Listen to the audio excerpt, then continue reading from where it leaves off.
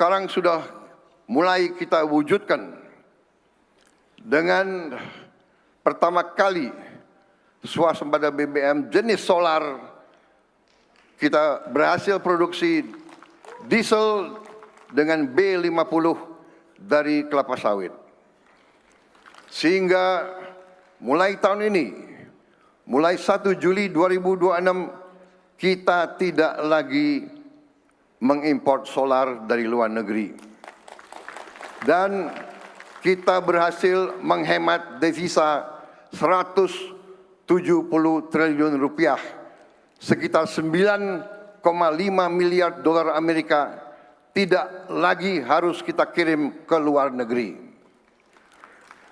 Saudara-saudara sekalian, janji makanan bergizi, bantuan sosial, dan hilirisasi tidak lagi menjadi rencana di atas kertas. Semuanya telah berjalan dan manfaatnya mulai dirasakan rakyat. Sekali lagi, ini bukan alasan untuk kita berpuas diri. Ini adalah rangsangan untuk kita bekerja lebih keras lagi.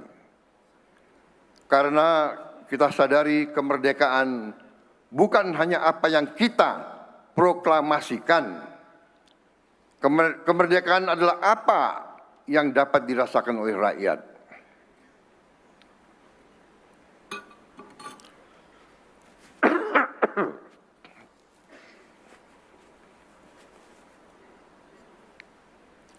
Maaf, mohon izin.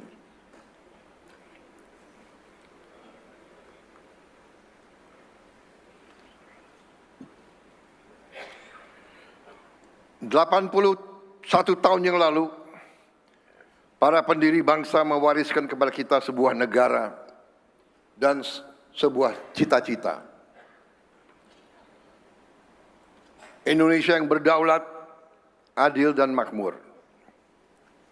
Indonesia yang kekayaannya harus dipergunakan sebesar-besarnya untuk kemakmuran rakyat dan tidak boleh hanya dinikmati oleh segelintir orang saja.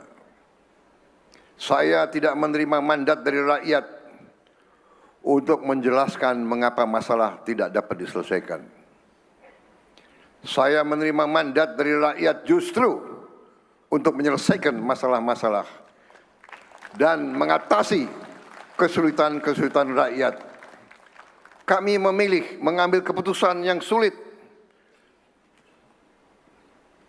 pada hari ini daripada mewariskan masalah yang lebih berat lagi dan lebih rumit lagi kepada generasi-generasi penerus kita.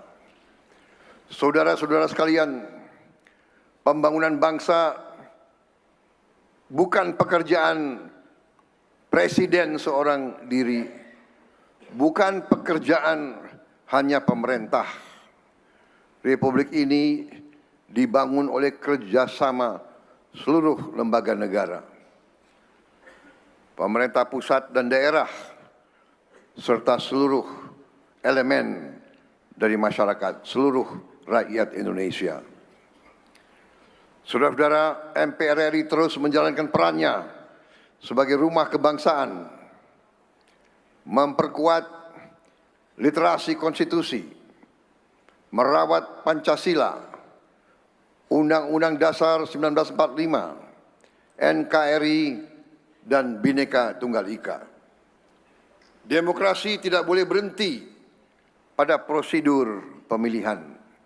Demokrasi harus memenuhi hak dasar rakyat dan berpegang kepada semua pasal-pasal di Undang-Undang Dasar kita.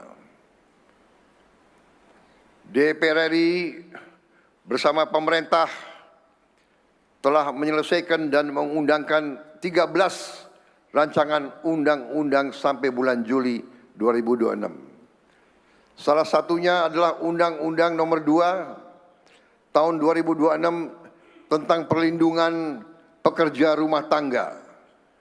Pengakuan bahwa setiap pekerjaan memiliki nilai martabat, dan setiap pekerja berhak untuk memperoleh perlindungan.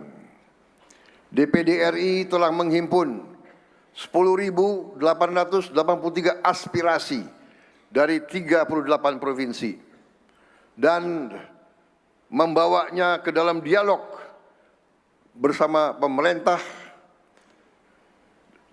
dalam hal ini Bappenas dan kementerian-kementerian lainnya sebagai masukan bagi rencana kerja pemerintah 2027. DPD juga terus memperjuangkan rancangan undang-undang daerah kepulauan yang kini sudah masuk pembahasan tripartit bersama DPR dan pemerintah. Insya Allah akan selesai.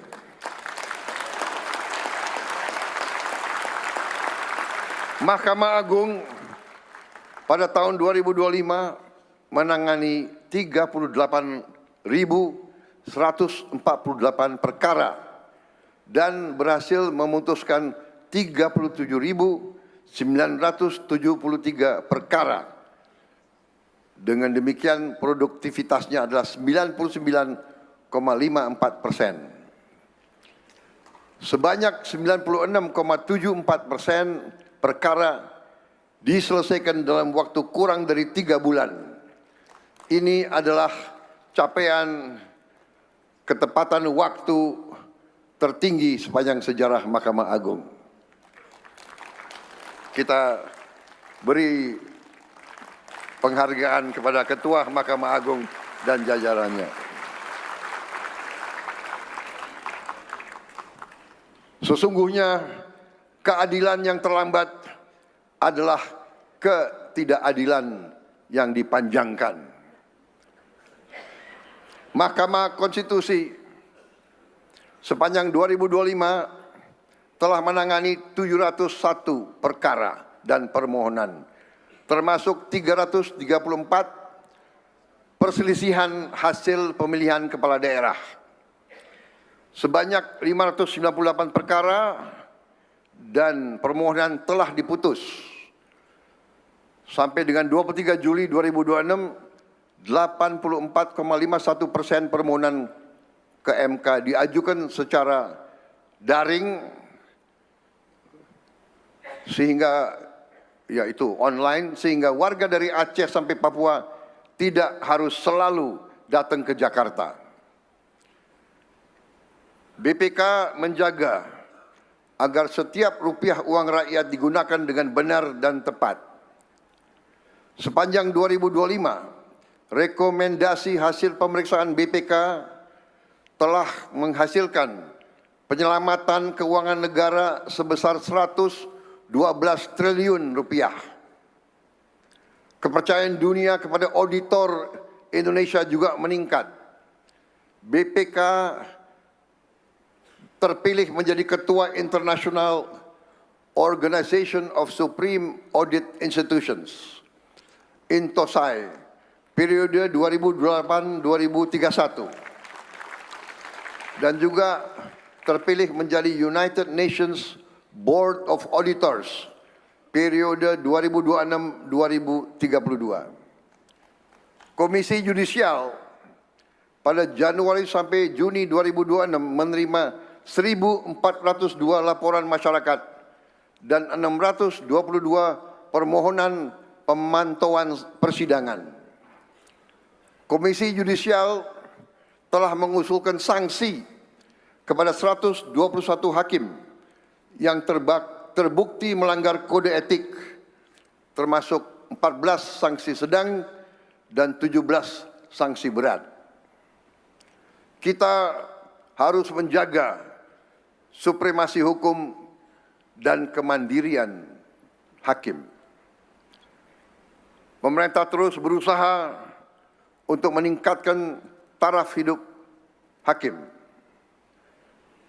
Tapi kemandirian tidak berarti tanpa akuntabilitas hakim.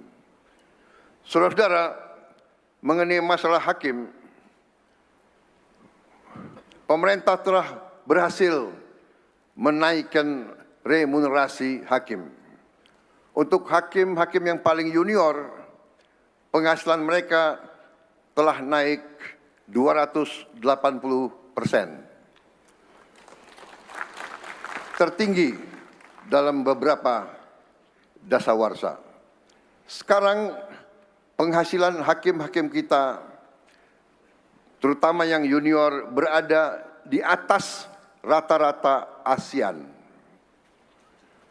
Bahkan Ketua Mahkamah Agung telah melaporkan kepada saya bahwa penghasilan Ketua Mahkamah Agung Republik Indonesia sekarang lebih tinggi dari penghasilan Ketua Mahkamah Agung Singapura.